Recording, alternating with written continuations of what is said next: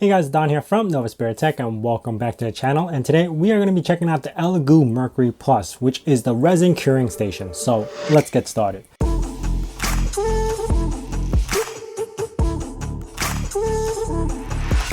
Now, before I begin, I do want to thank Elegoo for sending this over to me, and it's one of the things I should have asked for or bought myself a long time ago because I don't know how I can live without one. Now, have you ever done any resin printing or plan to do any resin printing? What they don't tell you is after the fact of printing, like how much work you have to put into just to get it to cure and to be solid. Just for a quick rundown, basically after when you're done printing, you got to let it drip all the resin out.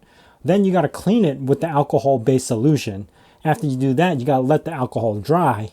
And then you got to put it under UV light just so it can harden. So that whole process normally would take maybe an hour or two for me, no matter what object it is, because I have to like use a black light or use whatever I can just to do that process. And it gets really, really messy. Well, this is the solution for all that. Now, what I ended up printing for this test was this GE jet engine, and it's a breakaway model where you can actually see all the turbines and all this stuff happen. And since it prints so accurately on a resin printer, I was able to actually scale this down to 50% and everything fits perfectly. So basically from start to finish, what I did was use Elegoo Mars resin printer, let that go. It took about like 2-3 hours for the print. I scaled everything down just so it could fit on the print bed, which was my mistake because it ended up curling anyway and I had to do a couple of reprints just to get other parts to work. And as you can see here, I actually got a couple more fins and I got a few more parts that couldn't even be used. I had to reprint them. So long story short, I should have just separated some of the models that I could have. Now, after it's done printing, I just let it rest a little just so all the resin could drop down. And then now what we do with the Elegoo Mars is fill this tub with alcohol. Now you need 91% or higher isopropylene. 95 is recommended. And I only got 91 from my local store. So I was able to fill this tub at least halfway. And it comes with this little anchor thing that you could actually put the build plate on. This way, you don't actually have to remove anything from the build plate. And what's cool about this whole thing, the tub actually has a turbine inside that will spin all the liquid just so it would get everything all cleaned up. And it does both directions periodically. So a minute one direction, a minute another direction, and keeps going.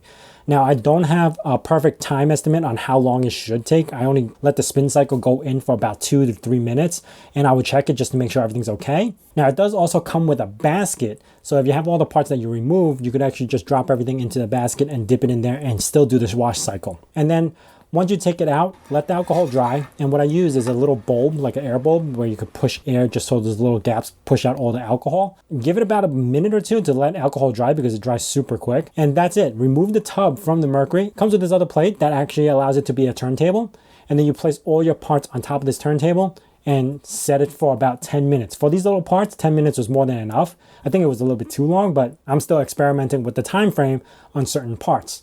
Once that 10 minutes is up, you are all set. That part is hardened. It's all done. Now, keep in mind, if you do see little white specks on there, that means you didn't allow the alcohol to dry all the way. And that was my fault. I did have that happen to me once or twice. So next time I will know to let it sit a little bit longer for the alcohol process to let everything dry. And that's it for the whole entire process. I think it took about 15 minutes from the whole wash cycle to the curing cycle. And now I could actually put every part together. And because I didn't get any warpage, I didn't have any problems, these parts came out hard. And putting this whole thing together was pretty simple. If you guys are interested in printing this yourself, I will leave a link to the Thingiverse model so you guys can do that on a regular FDM printer or even a resin printer. Now, sliding everything in was so smooth. I didn't have to sand anything down. I was able to push all the rods together. I even super glued some of the parts that needed to be super glued and lubricated the bearings or the holes just so I know that this would actually work like it should. Now, as you can see, I could actually spin it pretty freely. There's no kinks or anything, so it works really well. Now, I'm almost tempted to put, one of those drone motors or the DC motors that you could put in the back and make it spin at least like 17,000 RPM and see how far it could go. But that's just another thought for another day. But yes, ultimately putting a fan on it or some sort of compressed air, you can see that everything just spins perfectly. Now, this does come with the little touchscreen. There's only two options, which is either the rinse mode or the UV light mode, and then you just add the time that you want. It does do 30-second increments on each one. So depending on how high you want to go, that all depends on you, because I think the bigger the model, obviously the longer the time, and more complicated models, it all depends. Like this was very small, so 15-minute process wasn't too bad at all from start to finish.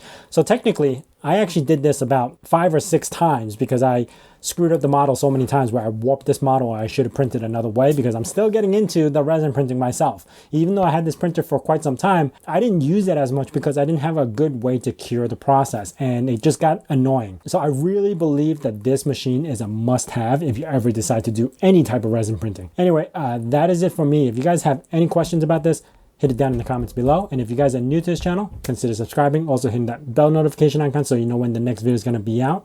And as I say in my nerd cave, hack till it hurts.